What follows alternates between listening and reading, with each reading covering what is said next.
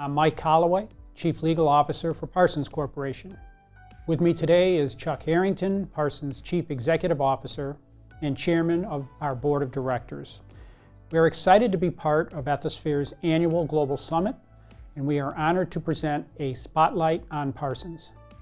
At Parsons, we're very proud that Ethisphere has named us as the world's most ethical company for the 12th consecutive year. Parsons' culture is deeply rooted in our 6 core values: safety, quality, integrity, diversity, innovation, and sustainability. These core values serve as the foundation of our socially responsible business philosophy. Our program today will consist of an introduction to Parsons' Cultivating a Responsible Enterprise, or CARE, initiative. We will discuss our CARE commitments and goals and provide a demonstration of the CARE website. Kim Urbanchuk, our Chief Ethics and Compliance Counsel, will then host a roundtable discussion with several members of Parsons' Inclusion and Diversity Council. Kim and the council members will discuss how the council provided leadership and guidance to Parsons' executive leadership team and employees in 2020. The Inclusion and Diversity Council has provided inspirational vision and leadership for Parsons as we endeavor to raise the bar in the areas of inclusion, diversity, and equity. And I look forward to this panel discussion. Their shared experiences and ideas have enhanced Parsons by making us a more diverse and inclusive company. Chuck, would you like to provide background on our CARE initiative? I'd absolutely love to. Cultivating a Responsible Enterprise, or CARE, is an effort grounded in our corporate purpose. It's complementary to our core values, and it's aimed at enhancing revenue, recruiting, retention, operational excellence, and shareholder value. Cultivating speaks with the purposeful growth and attention to enriching our culture. And a responsible enterprise speaks to owning our impacts and spreading that spirit to every aspect of our business. At Parsons, we believe that corporate success and social well-being are interdependent, and that the long-term interests of our organization can only be supported by responsible economic, socio-cultural, and environmental practices. We care about our people, our communities, and our customers, and we care about our corporate purpose of delivering a better world. Parsons' CARE commitments include enhancing our transparency and accountability on environment, social, and governance, or ESG topics. This inspires change, reinforces our commitment for positive impacts, and upholds our reputation for truly doing great work in an ethical, safe, and responsible manner. The ability to measure and report on our performance begins with identifying goals and targets, such as reducing absolute greenhouse gas emissions 20% by 2025, enhancing gender diversity, and enhancing ethnic and racial diversity. So as we continue our ESG journey, it is important for us to continue to engage our stakeholders, management, investors, employees, our customers, our suppliers, the industry, and regulators to evaluate our approach and associated material impacts. This continuous feedback will help cultivate change while optimizing operations and increasing shareholder value. We aim to be an employer of choice by fostering a positive culture for employee engagement, focusing on inclusion and diversity, and promoting the development, health, wellness, and safety of our employees. I hope that everyone attending the Ethisphere conference has enjoyed a demonstration of Parsons' new CARE website, and that you have gained an appreciation of the importance that Parsons places upon its ESG initiatives and core values. Our commitment to ESG and our core values, especially integrity, are the foundation of everything that we do at Parsons. And I want to thank Ethisphere for providing us with this opportunity to share our CARE initiative with all of your members. It is now my pleasure to introduce Kim Urbanchuk, who will lead the discussion with the members of our Inclusion and Diversity Council. My thanks to Ethisphere for providing us with this opportunity to speak with its members today. Thank you, Mike and Chuck, for the introduction. My name is Kim Urbanchuk, and I'm Parsons' Chief Ethics and Compliance Counsel. And I also have the honor of serving on our Inclusion and Diversity Council and our mentoring and training subcommittee. The IND Council has been around for a long time at Parsons, but we've recently kind of updated our subcommittees, added a bunch of new faces and new initiatives. And so we've gathered together some of our subcommittee chairs today to talk about the initiatives that they've been working on both last year in 2020 and in 2021 going forward, and what those initiatives mean to them and to our company culture as a whole. So I will be introducing you to 5 of our subcommittee co-chairs. And so I thank them all for joining us today for this spotlight. The first person I'll ask to share is Denise Milan, who's our communications subcommittee co-chair. So Denise, I will kick it over to you. What have you been working on? Thanks, Kim. Thanks for the opportunity to talk today. So our goal overall as a communications committee on the IND Council has always been focused around cultural education and awareness. And so trying to introduce people who may be less familiar with separate cultures and different celebrations, things of that matter, introduce them to new things, to help them learn new things. We've really started to push the envelope here in the last quarter of 2020 and into 2021, looking forward to doing that a lot more. And what I mean by pushing the envelope is talking about topics that are less celebratory in nature and more uncomfortable in nature. So a good example would be our October Disabilities Empowerment campaign. So that was October of 2020. And while we celebrated, right, all of the different visible and invisible disabilities that people bring to the table, and while we can all celebrate them and the different skills that they leverage, it's also an uncomfortable topic, right? A lot of people don't want to talk about their own disabilities, let alone try to learn about somebody else's disabilities, particularly if it's an invisible disability. So what we did with our Disabilities Empowerment campaign was each week we would put out a different element of the campaign. So the general tone of that was to first break through that stigma of it being an uncomfortable conversation for many people. But the biggest thing we wanted to provide to everybody across the company at all employment levels was the connection to internal and external resources. So for example, we talked about the employee assistance program here at Parsons, and other internal resources. There were a lot of questions that our team as a council were getting about that, because we, focus on that inclusion and that diversity. People would come to us and say, well, I want to ask for an accommodation, but I'm kind of uncomfortable to approach, this person or that person. How do I do this? We also connected people with external resources. So different websites for labor laws, for example, so people could get more familiar with that. Organizations that offer support for people, for mental disabilities or even physical disabilities, right, to get other accommodations they may need in other spaces of their life outside of the workplace. The last thing that I'll just touch on briefly is our focus on external messaging in 2021. That is probably our biggest accomplishment to date, is the amount of external messaging on inclusion, diversity, equity, and equality related topics. We've always had ELT support. And now I think all of that support that people who are not necessarily involved in the council may not see all the time is becoming a lot more visible. We've been a lot more vocal, and we're starting to put that message out, in the external space, on our website, on our social media channels, to people that may be looking at us, from a recruiting standpoint of Parsons is going to be the employer of choice because they're so dedicated to their core value of diversity and the inclusion that they offer there. So having those kind of executive level conversations, I think, have really broken down some barriers with us. And we really look forward to continuing to push that language and our committal stances out publicly.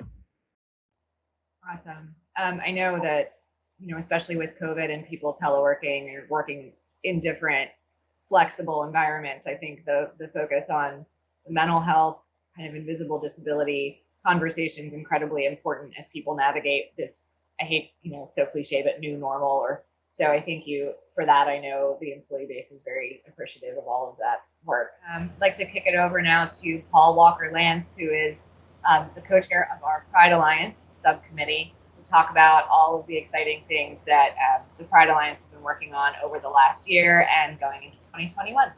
Paul? Thanks, Kim. Really excited and honored to be here.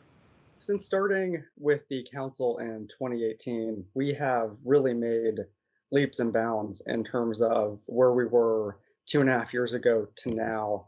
One of the items I'd like to highlight is our 2-year participation now in the Human Rights Campaign Corporate Equality Index, which for those who might not be as familiar, it's a national benchmarking tool measuring the policies, practices, and benefits pertinent to the LGBTQ+ community, and really how are those policies and practices implemented by corporates to make the employee feel more secure in their job, not only in their job protections, but also the benefits that they're getting. So we've participated in that for 2 years now, and in the second year we increased our score by 15 points, which was a huge success. That was driven primarily by our expanded transgender healthcare benefits offerings and also changes we made to the LGBTQ+ supplier diversity efforts. If I go back to Denise's original talking points from the communication perspective, one thing that really sticks out in my mind that I'm proud of is the intersectionality that the Pride Alliance has been able to foster with other organizations at Parsons, one being the MilVet organization, Kim, that you mentioned, and Chuck McGregor and I, who Chuck is the chair of the MilVet, he and I were working on a few projects together, and I came across an organization called the Modern Military Association of America. And in doing some research on MMAA, they're a nonprofit organization whose primary purpose is serving military LGBTQ community members and their spouses and their families and supporting them. And in doing research, we came to find out that a former Parsons employee, Donna Johnson, died in active duty, and we wanted to honor her. So we actually implemented and went forward and were able to collaborate together to celebrate her legacy with a military spouse scholarship, and also sponsored a Equity and Valor Award in her honor. So it's really the touch points between the different communities, really bringing us all together is what's so important in what the IND Council is doing. Bringing it, across the organization, actually leaving the organization, right, and making an impact outside of Parsons is the most important thing we can do. Another item that I'm proud of is we, have been reaching out to organizations in the science and technology arena that primarily try to serve LGBTQ individuals. One of them is Out in Science, Technology, Engineering, and Math. They work to help individuals with internships or find employment. I think looking at what Melissa said as well, fostering that sense of belonging is really what we're trying to do. And by having the Pride Alliance, the MilVet, Social Justice Equality, other touch points within the organization that are known, where people know it is somewhere they can reach out, that it would be a safe space where they can find information, where they can ask a question. Having the spotlight shine on IND helps others find the information they need to find. And I think that's really what has been most impactful for me over the last 2.5 years or so. All right, thank you, Paul. Switching over to mentoring and training, Melissa, you are the co-chair of that subcommittee, and I know that we have a ton of really cool initiatives going on right now there. So I will turn it over to you to chat about mentoring and training. Sure thing. So, 2020 has really turned into the year of training for us. Right now, all of our executives and leaders are going through virtual workshops with an external consultant, Lawana Harris, who's a well-known author and coach in the I&D space. And we really felt like when we decided the training was needed, that we didn't have anyone internally that could really deal with the sensitive nature of I&D topics and really also had the grounding in the terminology. So our committee felt the need to go out and seek out a consultant, and we landed on Luana primarily because she understood that this is a journey. She's not just here to help us with these workshops. She's here to help us with what we're calling our sustainability plan. And by that, I mean, this isn't going to be a one and done training. With I&D, it's continuous learning. I know personally, I'm going to be continuing to learn about this until the day I die, probably. You know, we have a lot of work to do, not only as a company, but as a nation to really wrap our head around these topics and unpack this stuff. So it was really important that we had somebody who could help us foster that continuous learning journey with our leaders. And we really decided to start with our leaders because they not only have the most ability to influence policy and strategic direction of the company, but really training is one key piece of an overall organizational change movement and a culture shift within the organization to foster belonging. It's going to force us to change our corporate culture. And that really starts with leadership. And we're continuing to work with Luana past the workshops that are concluding next week to figure out where's the next best step with our leaders to continue to help them apply what they've learned and look at every decision they make within the organization with the lens of inclusion and diversity. So that's really important to the council and to the work that we're doing, and really connects to the work of a lot of the other subcommittees. I know we'll be looking to our metrics committee, which Julia leads. She'll be speaking in a little bit to help us measure our impact within the organization after the training. You know, we should see upticks in retention if we're starting to foster more belonging, and we should see upticks in innovation as well, because more inclusive teams do become more innovative over time, and that's always been key to our strategic direction. And really all that we're doing on the I&D Council really ties in nicely to Parsons' strategy overall. You know, we are, you know, building a better world. That's an extension of inclusion and diversity. We're building a more innovative world. That's an extension of inclusion and diversity. So really, you know, training our leaders and equipping them with the tools that they need will only, I think, lead to a stronger Parsons overall. Right, and I think it's a great segue to Julia's subcommittee on metrics. You know, we as an engineering firm and a defense firm, an infrastructure firm, we're increasingly focused on data in terms of how we measure our culture, both in inclusion and diversity, and our integrity metrics and all of those things. I know recently we have added core value metrics as part of executive compensation bonus decisions, which is excellent. So, Julia, I'll kick it over to you. How are we measuring these initiatives in a quantitative way? Right. And that was one of the things that was kind of, as our inclusion and diversity group has grown and has, grown new tentacles in new ways to get to things. How do we measure the impact of what we're doing?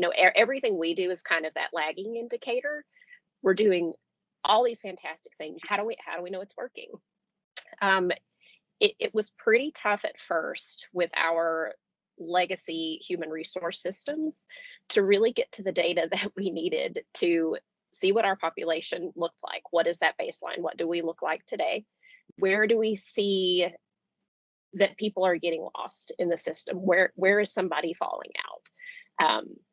So with a switch from our legacy systems that we had to Workday, we've got a much more robust system to pull data out of to create dashboards. And as part of the corporate compensation and bonus structure that Kim was just talking about, one of the things our workday group has spent the last 9 months doing, and it was kind of our brainchild, was developing dashboards that could help you directly measure the things that your compensation is being tied to.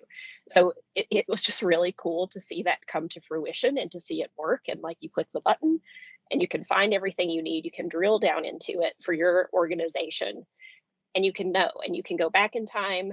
So there is no like holding on to some Excel sheet for years, right? You can always go back, pick a date, and go back to that moment in time to see how you're doing and how things are trending. What you're tracking is overall representation, and I'll just speak for the US. It gets a little bit more complicated when we talk about our MIA organization in Canada, because the rules for things are a little bit different. So we're measuring promotions for people of diverse backgrounds, hiring of people from diverse backgrounds, and I'm really excited to see how that changes. I've talked with my manager about it. This is something he's been really excited about, and just talking to my group in general, this is something that everybody in the organization can have an impact on. Melissa's talking about the training. We are talking about recruiting from HBCUs and MIs. We're talking about our MilVet program. We're talking about our work with Pride. And Denise was talking about all of the different recognition of diverse things throughout the year.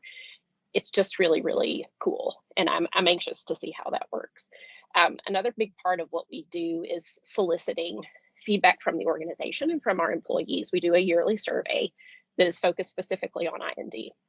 We're able to get really easily analyzable data out of that. And one of the things organizationally at Parsons that has recently happened is a business analytics group. They sit under our IT infrastructure.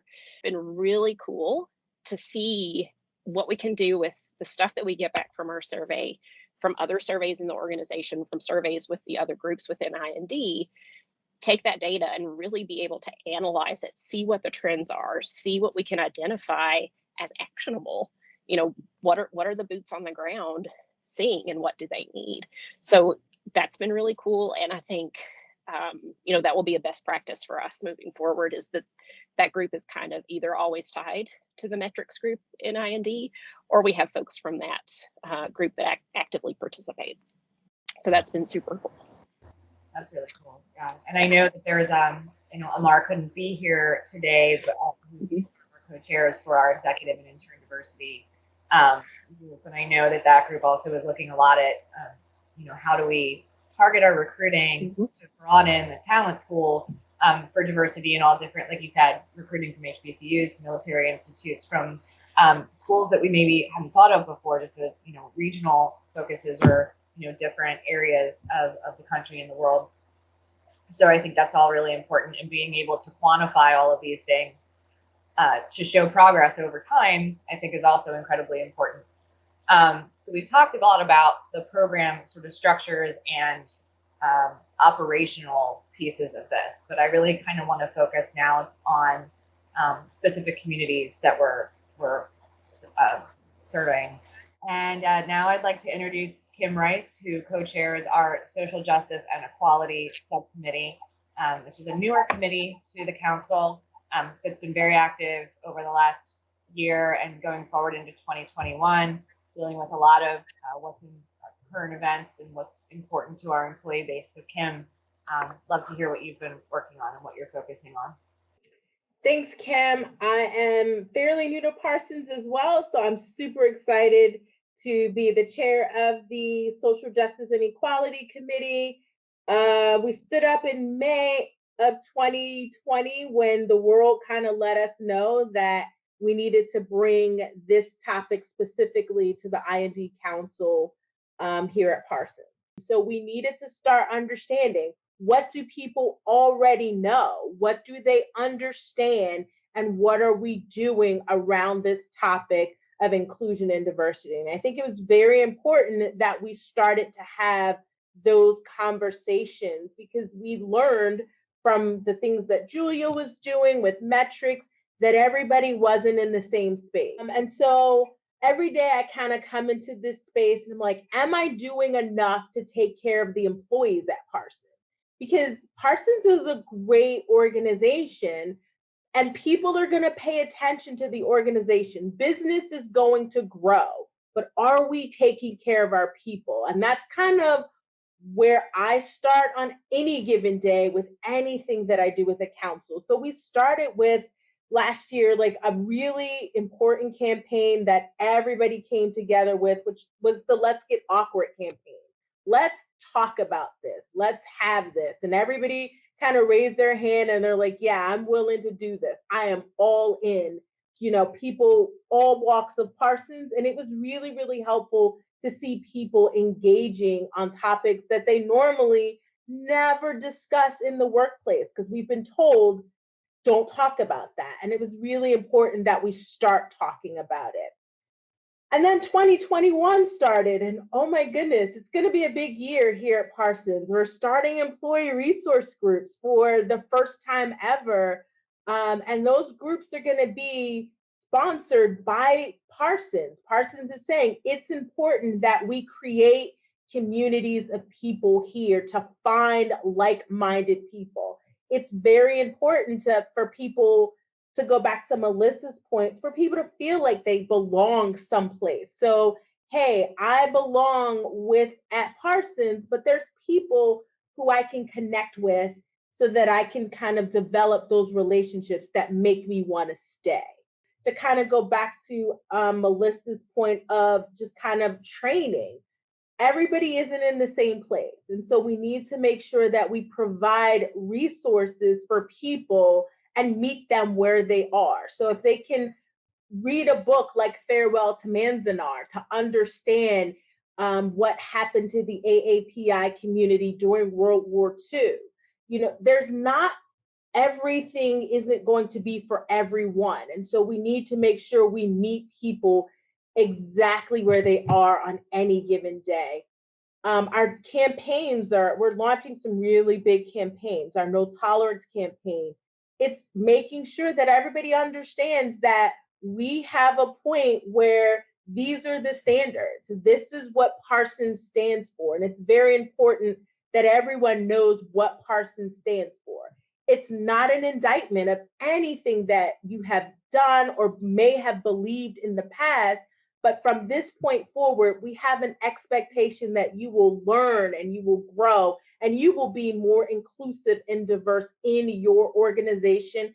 So we just have so many things on our plate. We're going out into the community to reach to those underserved populations and offering information about STEM careers. We're starting not in college, but at the high school level. So we can start getting kids prepared for that next step, how to do an internship, how to do their resumes, just how to present themselves. Because while you may come from a background that has a lot of privilege, you may not have the ability to recognize all of the resources that are available to you.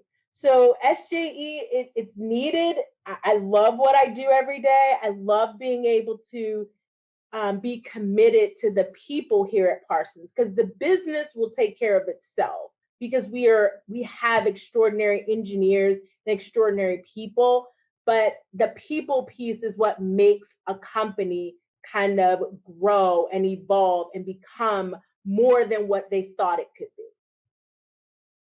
Yeah, I 100% agree. I really believe that one of our strengths is the way we treat our people. I think that was evident through the initial stages of COVID and beyond, and also how we continue to grow into our core values and push.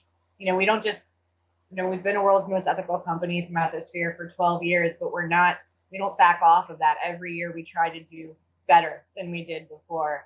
And with inclusion and diversity, we keep trying to evolve. And I think, everyone is learning and continuing to grow in these spaces, and as long as they're committed to doing that, to learning, to being one Parsons, but also really appreciating everyone for the differences they bring to the table. I think all of that's so important. I'm just so honored to work with all of you, and so thankful that you agreed to come and share what you're working on with the Ethisphere audience today. I know that a lot of folks in this world's most ethical company kind of community look to each other for ideas of how they can better their corporate cultures and their programs, and we're all continuously learning from each other. And I will stick around for the live portion of this to take questions and bring back any feedback I can from the audience. So thank you very much.